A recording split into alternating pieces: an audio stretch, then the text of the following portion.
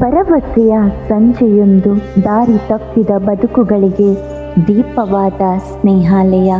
ಜನವರಿ 9, 2026 ಸಂಜೆಯ ಹೊತ್ತು ಸೂರ್ಯಾಸ್ತದ ಬಣ್ಣಗಳು ಆಕಾಶದಲ್ಲಿ ಮಂಕಾಗುತ್ತಿದ್ದಾಗ ರೈಲು ಹಳಿಗಳ ಬಳಿ ದಿಕ್ಕಿಲ್ಲದೆ ಅಲೆದಾಡುತ್ತಿದ್ದ ಕೆಲವು ಮನಸ್ಸುಗಳು ತಮ್ಮ ಬದುಕಿನ ದಾರಿಯನ್ನೇ ಮರೆತ ಸ್ಥಿತಿಯಲ್ಲಿ ನಿಂತಿದ್ದವು. ಆ ಕ್ಷಣದಲ್ಲಿ RPFನಿಂದ ಬಂದ ಕರೆಗೆ ಸ್ನೇಹಾಲಯ ಹೃದಯ ಸ್ಪಂದಿಸಿತು. ಆ ಕರೆ ಕೇವಲ ಮಾಹಿತಿಯಲ್ಲ, ಅದು ಭರವಸೆಯ ಸಂಕೇತವಾಗಿತ್ತು. ಕೇವಲ 10 ನಿಮಿಷಗಳಲ್ಲೇ ಪ್ರತಿಕ್ರಿಯಿಸಿದ ಸ್ನೇಹಾಲಯದ ತಂಡ ದಾರಿ ತಪ್ಪಿದ ಬದುಕುಗಳನ್ನು ರಕ್ಷಿಸಲು ಸ್ಥಳಕ್ಕೆ ಧಾವಿಸಿತು. ಸಂಜೆಯ ಹೊತ್ತಿನಲ್ಲಿ ಸೊಳ್ಳೆಗಳ ಹೊಡೆತಕ್ಕೆ ತತ್ತರಿಸಿ ಒಂಟಿಯಾಗಿ ಕುಳಿತಿದ್ದವರು ಬಿರಾನ್ ಕುಮಾರ್. ಉತ್ತರ ಪ್ರದೇಶದ ನಿವಾಸಿ.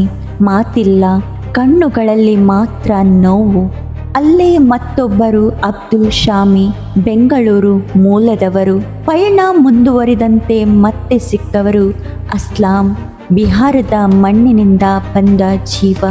ನಾವು ಎಲ್ಲಿಂದ ಬಂದೆವು ಅನ್ನೋದಕ್ಕಿಂತ ಈಗ ಯಾರಿಗೆ ಸೇರಿದ್ದೇವೆ ಅನ್ನೋದೇ ಮುಖ್ಯ. ಹೆಸರುಗಳೇ ಬೇರೆ, ಭಾಷೆಗಳು ಬೇರೆ, ಆದರೆ ಎಲ್ಲರ ಕಣ್ಣಲ್ಲೂ ಒಂದೇ ನೋವು. ನಾನು ಯಾರಿಗೆ ಸೇರಿದ್ದೇನೆ ಎಂಬ ಮೌನ ಪ್ರಶ್ನೆ.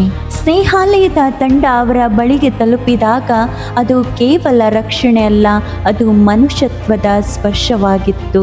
ಮಾತುಗಳು ಕಡಿಮೆ, ಆದರೆ ಸ್ಪರ್ಶದಲ್ಲಿ ಧೈರ್ಯ, ನೋಟದಲ್ಲಿ ಭರವಸೆ. ಅದೇ ದಾರಿಯ ಮಧ್ಯದಲ್ಲಿ RPF ಇನ್ಸ್ಪೆಕ್ಟರ್ ಮನೋಜ್ ಯಾದವ್ ಅವರ ಮಾನವೀಯ ಮಾಹಿತಿಯ ಮೇರೆಗೆ ಮತ್ತೆ ಸಿಕ್ಕ ಜೀವ ರಾಮುಲು, ಮಹಾರಾಷ್ಟ್ರದ ಮೂಲದವರು. ಪಕ್ಕದಲ್ಲೇ ನಿಂತಿದ್ದ ಸೆಲ್ವಾಂ, ತಮಿಳುನಾಡಿನವರು.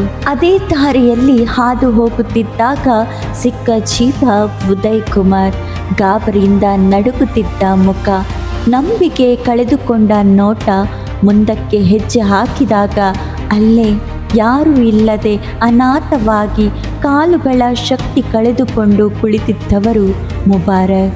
ಆ ಕ್ಷಣದಲ್ಲಿ ಸ್ನೇಹಾಲಯದ ತಂಡದ ಕಣ್ಣಲ್ಲಿ ನೀರು ಮಾತ್ರವಲ್ಲ, ಮಾನವೀಯತೆಯು ತುಂಬಿತ್ತು.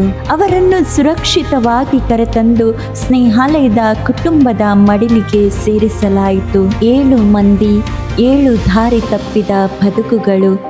ಆ ಸಂಜೆಯ ಹೊತ್ತಿನಲ್ಲಿ ಮತ್ತೆ ಒಂದು ಕುಟುಂಬದ ಭಾಗವಾದವು. ಆ ಕ್ಷಣದಲ್ಲಿ ಸ್ನೇಹಾಲಯದ ಸಿಬ್ಬಂದಿಯ ಮುಖದಲ್ಲಿ ಮೂಡಿದ ನಗು, ಅದು ಯಾವುದೇ ಪದಕ್ಕಿಂತ ದೊಡ್ಡದು. ಅದು ಹೇಳುತ್ತಿತ್ತು, ಇಂದು ನಾವು ಕೆಲಸ ಮಾಡಿಲ್ಲ, ಇಂದು ನಾವು ಬದುಕು ಉಳಿಸಿದ್ದೇವೆ. ಇದು ಕೇವಲ ಒಂದು ದಿನದ ಘಟನೆಯಲ್ಲ, ಪ್ರತಿ ದಿನದ ಸೇವೆ.